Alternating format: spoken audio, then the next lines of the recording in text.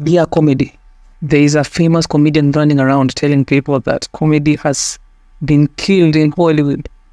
I will play the numerous videos he has recorded, but due to copyright reasons, I will not play the videos. His name is Jerry Seinfeld. He has claimed that all sitcoms are basically impossible to make, since the script touches a lot of hands, all of which corrections are made depending on the writers. Hollywood is trying to appeal to everyone in the world, and therefore they have made the decision not to make jokes that can chase them away. Who knew it is difficult to make jokes that does not offend anyone? Major film studios are situated in California, which is deeply blue, to be honest. The studios are willing to do anything to appease the politicians. The worst thing studios can do is piss off or disobey lawmakers, since they can make the film industry unprofitable by their laws. Jerry Seinfeld and the public are always attacking the movie studios when their films suck, forgetting they are not working in a free market. There are some laws that have been passed that make it hard for the film studios to make decisions objectively. The first law, which I support, is raising the minimum wage of California workers who are hired by the studio, as well as bonus for workers who put in more work than they are required. The workers are to receive overtime when they work more than the expected hours. When I say workers, I don't mean 10 to 50, I mean hundreds of thousands of people employed by one studio company. Due to the SAG-AFTRA strikes, when all production films were shut down for 6 months, leading to loss of revenue for the industry, the studios agreed to pay more revenue to the writers and the actors. Because they were the backbone of all films, the CGI workers agreed to unionize, and the state agreed. Now they are eligible to negotiate any amount of money by the studios. There was a law that passed in California to foster diversity, equity, and inclusion. California attempted to incentivize TV and film companies to hire a diverse workforce by offering them tax relief. Productions that fall short of their diversity targets will forfeit 4% of their tax credit allotment, according to a plan from the lawmakers. The clause is a part of the state's $330 million tax credit extension for another 5 years. Production that are given credit will have to submit a work plan on diversity in which they promise to hire a workforce that is broadly reflective of the demographics of the state. The California Film Commission will take 4% of their tax credit away if they don't present a plan or don't try hard enough to reach their hiring targets. Studios were scared of making shows that hurt the feelings of minorities, which would cut into their profits, leading to the death of the sitcoms. That led to a vacuum that had to be filled up. The rise of stand-up comedy has risen to replace sitcom media, and Hollywood has accepted it. Most stand-up comedians do not have to obey the laws plaguing Hollywood, meaning they can venture out and discuss any topic, whether politically correct or not, as long as it can make the audience laugh. Seinfeld, who made a bulk of his money through sitcoms, is worried about the future of the genre that he loves so much. Many people do not get how big his sitcom titled Seinfeld actually was.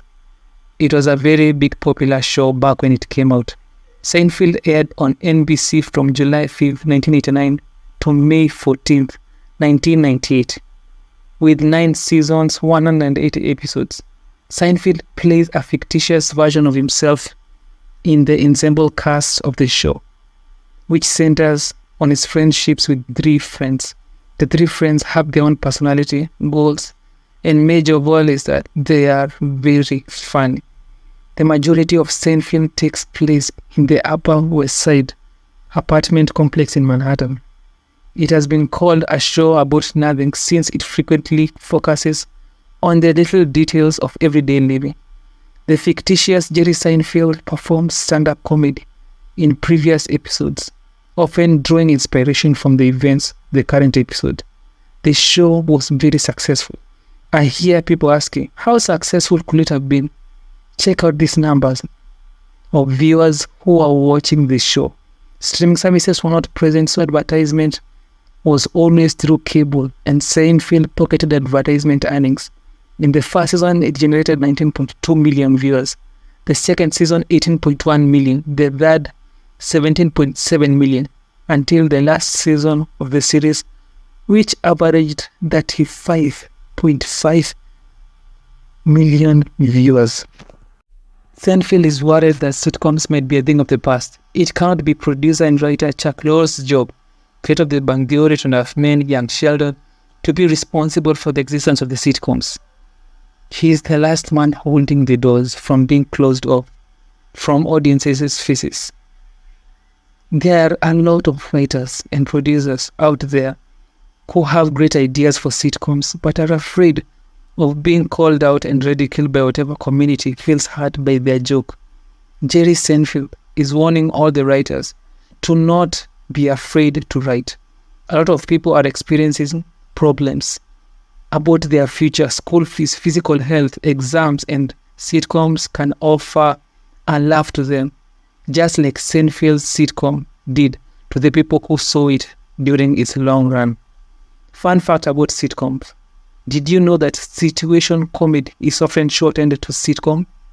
Sitcoms is a light-hearted television program set in a genuine environment, such as an apartment complex with eccentric housemates, or a restaurant where a consistent group of folks laugh around every week.